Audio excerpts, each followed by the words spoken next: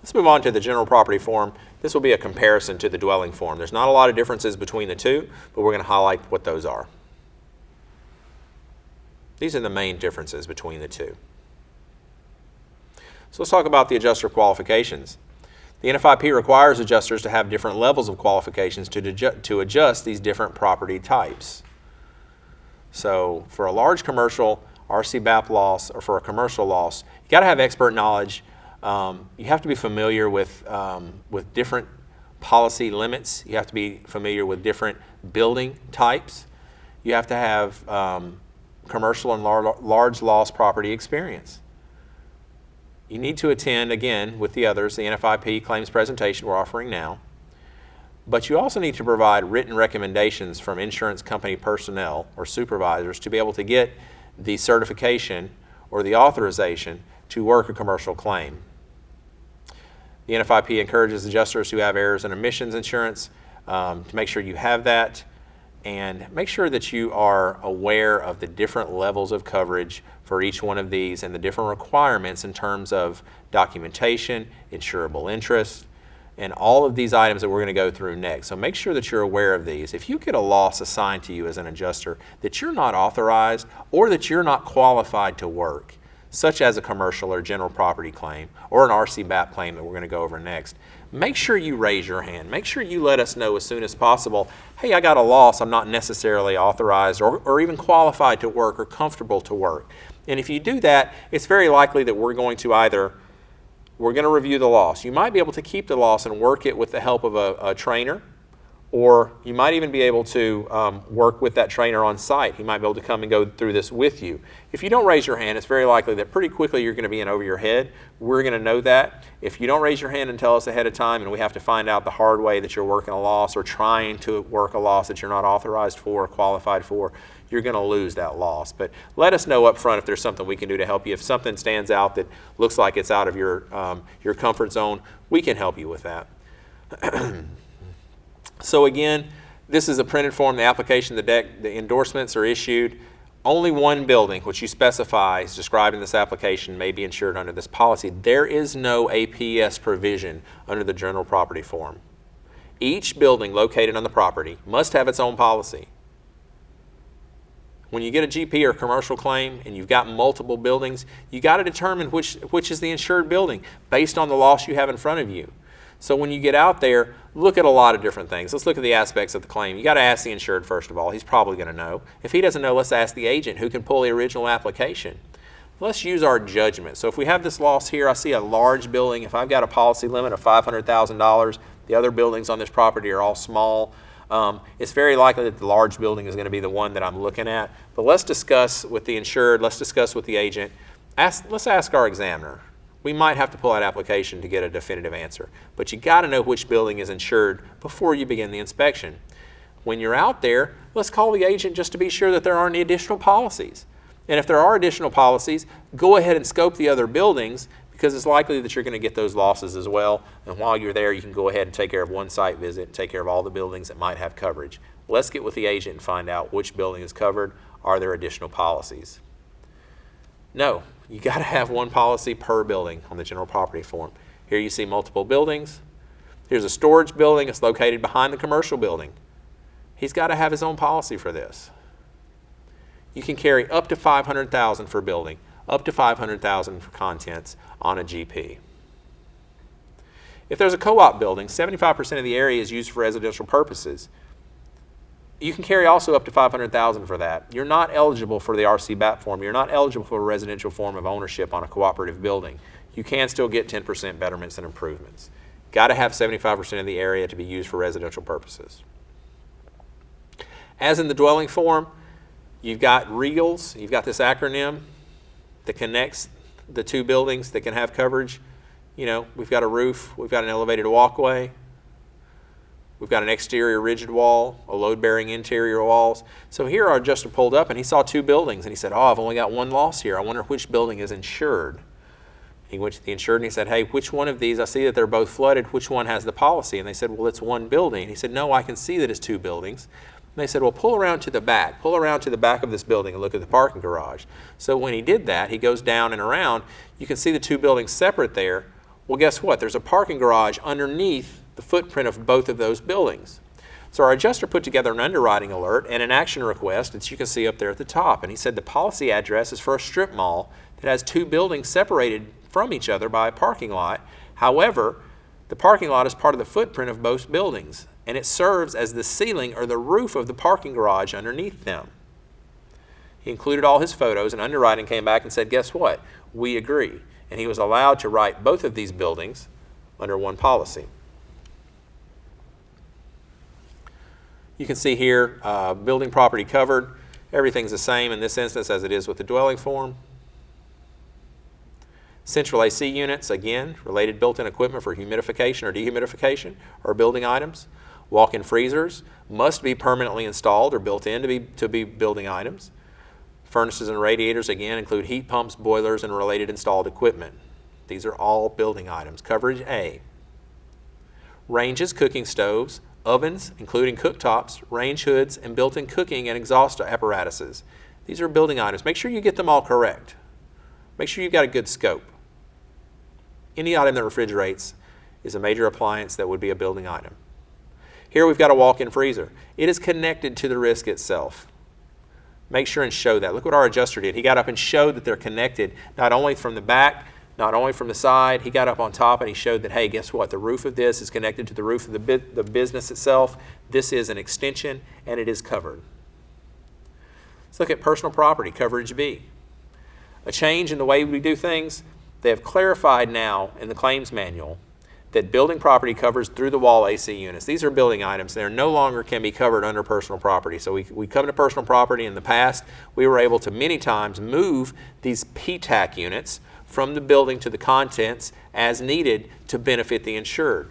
No longer can we do that. These are strictly building items now. Any PTAC through the unit, through the wall unit, is a building item. Cubicles are bolted to the floor. They're hardwired in. We recommend building coverage here. Let's make sure the carrier is in agreement. These appear to be building items.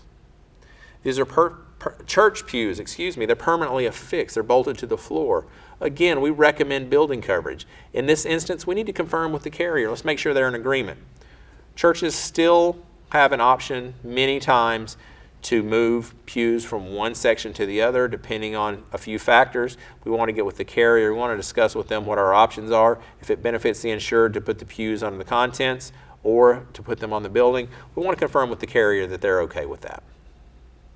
Here we've got a bank teller air tube system.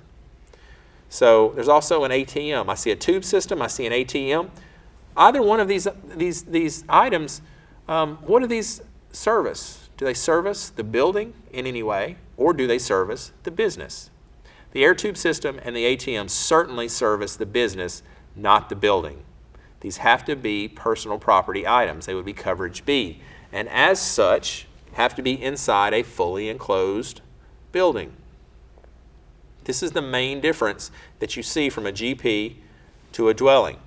Personal property has to be inside a fully enclosed building under a general property form. Not so with the dwelling form. We went over that. If you had two walls and a roof, as long as items don't wash away, those personal property items are covered there. Not so with the general property form. Several examples of these. Here's an attached deposit room and a safe. This is covered because it's part of the building itself. Must be fully enclosed. If you have purchased personal property coverage, we insure, subject to B2, 3, and 4, against direct physical loss to any personal property that is inside a fully enclosed and insured building. An insured here had staged equipment in a parking garage. It flooded in the parking garage. Guess what? Inside the building it would have been covered, but they moved it out. Inside this parking garage, it's not fully enclosed. It was not covered. We'll have several examples for you here. A lot of times you'll have these false walls. Sometimes they'll back train cars in here. Sometimes they back semis in to move equipment, to transport raw goods, to load these different types of large machinery. This is not a fully enclosed building. You could have a loss here that had hundreds of thousands of dollars of stock or in progress or materials that would not be covered because a provision was not met for this to be a fully enclosed building. We've got a compressor here. It's hardwired. It's roofed. It's attached to the building. its function is for the business. It's not inside.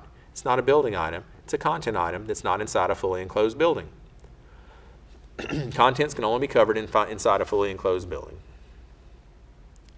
So when the policy covers personal property, coverage will either be for household personal property or other than household personal property, but not both. Very important. Here's a loss that is both a residence and a business. The people live in one half of it and they run a business in the other half. We're going to need a diagram, or we're going to need a discussion that details the square footage and the percentage of the business versus the building. As long as it's 50-50, we can still be under a dwelling. As soon as you have more commercial space than you do residential space, you're going to have to ask for reformation. This would be reformed to a general property policy at that point, and then as such, there might be some changes that are made to that policy. But as an adjuster, you need to detail that. Got some content sitting outside, not covered. Here's a flooded TV station in Houston. Well, all losses are treated the same, and we won't tell you to work one loss really more than another, except in an instance where you might have a flooded TV station. As an adjuster, you might not want to be on TV saying that you didn't take care of this loss in a timely manner. This would be one you'd want to go ahead and take care of right away, handle it with kid gloves. On the top left there, you can see lay flat ducting. This is something you see a lot in large commercial claims. A general property claim will have this lay flat ducting with a desiccant dehumidifier outside, drying a large space. Be aware of what drying equipment you have here, and we'll go over that in a little more depth briefly. Here's an ice maker. This is sitting outside, so it's not covered. Here's an outdoor kitchen. Again, outside, not covered. Here's a truck lift. This is one of the coolest things ever. They just pick the truck up and they kind of dump everything out of it, you know. This services the business. It does not service the building in any way. So as such, this would be a personal property item. This is not a building item. It's not inside the building, therefore it's not covered.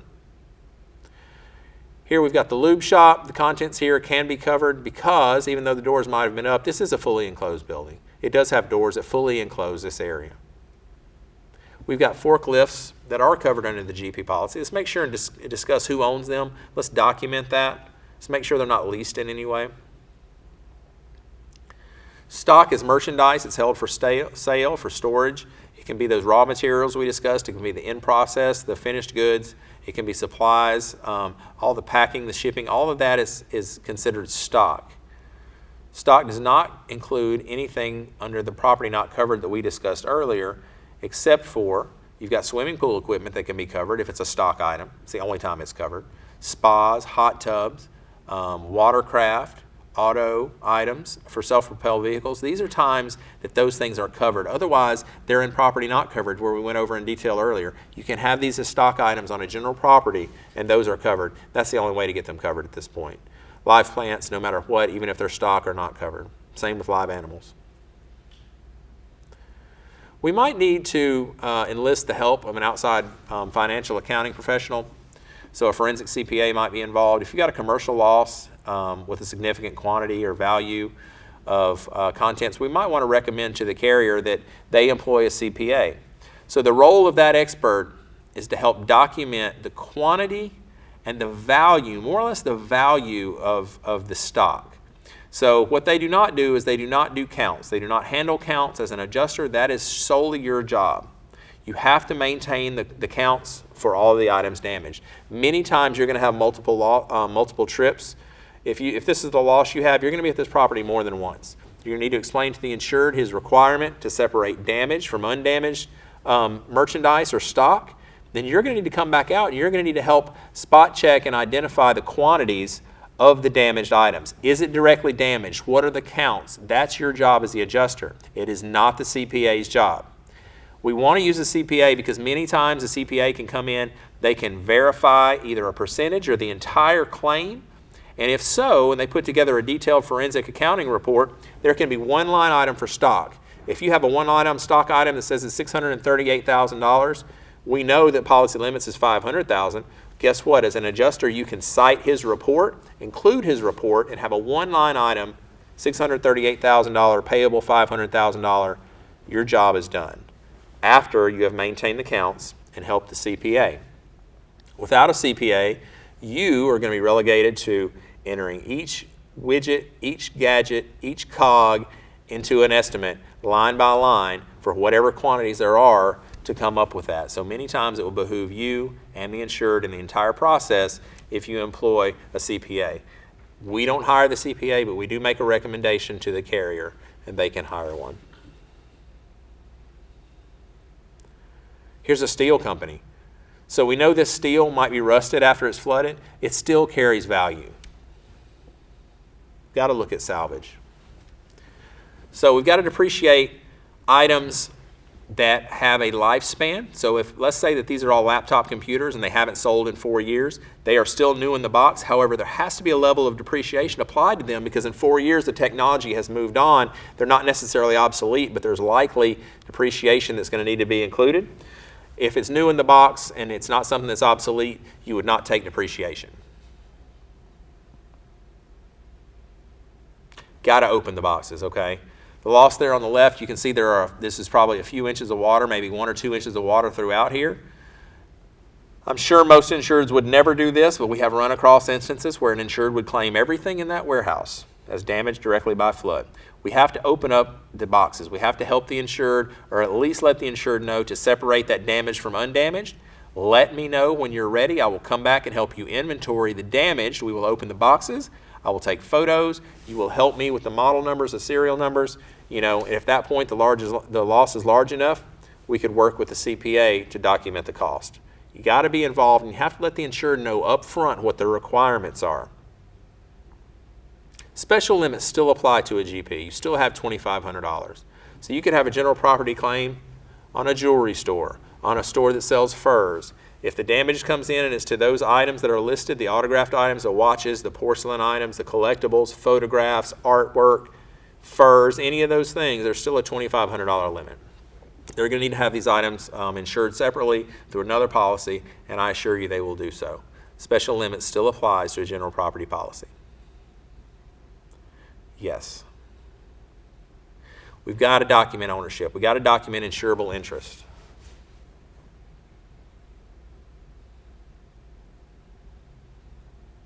We talked about whether something services the building or whether it services the business. If it services the building, it's a building item. If it services the business, it's a content item. Here's different types of machinery, these lathes, these drill presses. What do they service? This thing might have been here for 50 years and not moved, and it might not move for the next 50. It could last that long. However, it only services the business, therefore it's not going to be a building item. The same with this. Car lifts are not going anywhere. They're permanently mounted. However, they only service the business. A dairy barn. The dairy equipment might have been there first and they built the barn after the fact. However, contents, items. Be careful when you're down there getting the model serial number. Might have a cow over the top of you there. This is a dirty loss. There's a lot of things here that you've got to keep in mind. Your health being one of those. Make sure you're acting prudent and make sure you're being safe. This is a great slide. You can see we have custom lighting. We've got custom flooring. Many times there's custom wall finishes, custom shelving, display cases. All of these are built in after the fact. So the insured came in and rented this space as a shell, put all of these in at their own expense, and if we can document that, we can put those in up to 10% of coverage B. Here we've got a display cooler. This is a refrigerator. It would be a building item. However, if it's owned by the tenant, we would apply it to coverage B. This is another instance where the tenant owns this. This would be a content item if we can document that. This is a reach-in freezer. Same instance. This is a content item. This is a dishwasher that's sitting on a counter. It's not a built-in dishwasher. It's just sitting here. This would be a content item. And make sure that you document ownership of this. Many times, as I understand, there's a company that sells soap to these restaurants, and they will actually provide this dishwasher on an interim basis at no charge as long as this restaurant continues to buy the soap from them. So let's make sure we document ownership of this. Here's a refrigerated cooking prep counter. This is also called a lowboy. This would be a building item as it refrigerates, but if it's owned by the tenant, it could be a content item. Let's make sure and document that ownership.